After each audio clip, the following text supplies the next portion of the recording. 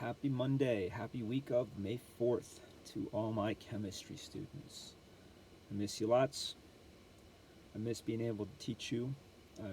Based on your feedback, a lot of you miss um, my discussions. So today I'm going to do a little video discussion on the new topic of acids and bases.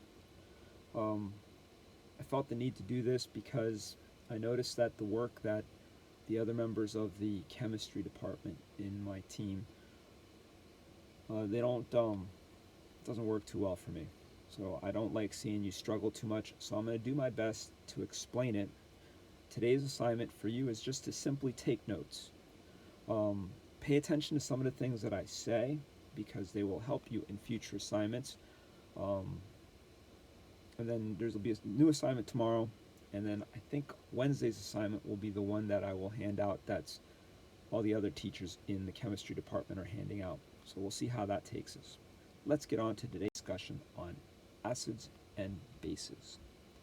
Okay, so let's move right along. Water. If you want to think of this, water is the central substance. And I don't need to show you this slide for you to realize that water has the formula of H2O. And hydrogen has a lot to do with whether a substance is an acid or a base. Because whenever you take a substance, for example, if you make Gatorade or Kool-Aid, and you drop some Gatorade or Kool-Aid into water, it's either going to be an acid or a base based on the amount of hydrogen that's now in that liquid. So if the quantity of hydrogen increases, then a new solution is an acid. If the quantity of the hydrogen decreases, the new solution is a base. It's that simple. That's why, for some of you might remember, I mentioned to you, if a substance starts with the letter H, it's an acid. Okay? Water is one of the exceptions to that. Chemistry is full of a lot of exceptions. All right, let's move on to the next slide. Here are some basic properties of acids. Acids have a sour taste. They react with metals. And I mentioned to you earlier, they have a higher concentration of hydrogen atoms.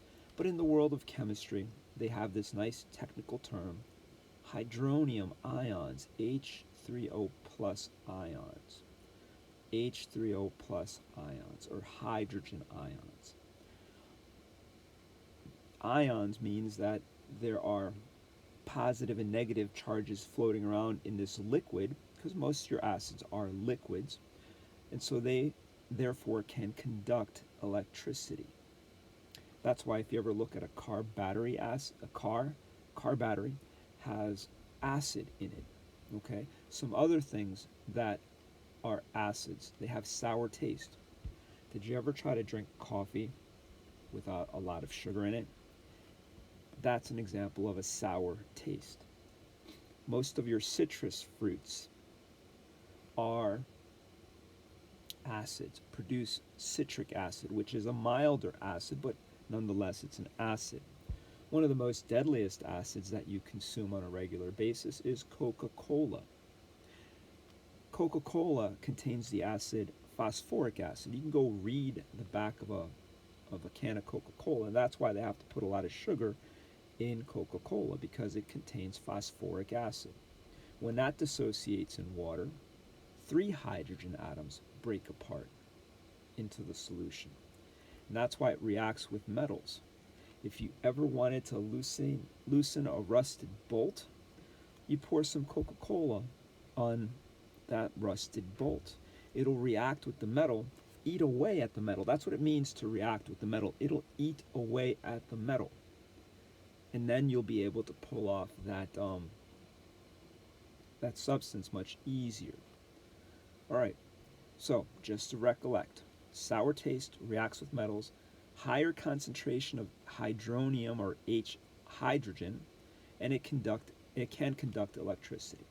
Let's take a look at bases. Some simple property of bases are as follows. They have a slippery texture, they have a bitter taste, Like an acid, they also conduct electricity. But unlike an acid, they have a higher concentration of hydroxide ions, which means they have less hydronium ions. And if you think of this, HO minus and H3O plus, basically what they're doing is they're splitting the water molecule in half. So if more hydrogen show up, then it's an acid. If more of this OH shows up, the hydroxide, then it's a base. All right? Big thing I'm going to tell you about bases, slippery texture. All right? I didn't say it earlier. Acids can cause burns. Did you ever get lemon in your eye or on an open cut? That hurts because acids are caustic. That means they're going to burn your skin. If you ever came across a car battery and you got some of the acid from the car battery on your hand, that would also burn your skin. Bases, on the other hand, have a slippery texture. They have a bitter taste. They can conduct electricity. Slippery texture. So think about this. Do you clean your house with an acid or a base? Now, some of you might say, yeah, I clean my house with an acid sometimes. But most of your detergents that you have at home are slippery to the touch. They're slippery, like soap. Soap is very slippery. Shampoo, slippery texture. Did you ever taste the shampoo? It tastes bitter. Bitter. The word for bitter in Spanish is amarga. Tiene un sabor amargo. Slippery, resbaladizo, like shampoo. All right? So you basically wash your body, you wash things in your house with bases. Every once in a while, when we have a stubborn stain, we like to take out an acid and wash it with an acid, like vinegar. Vinegar is a common thing some people like to wash their house with. Not recommended. It will react with the metals, and sometimes there's metals in dirts, so it helps get the dirt out.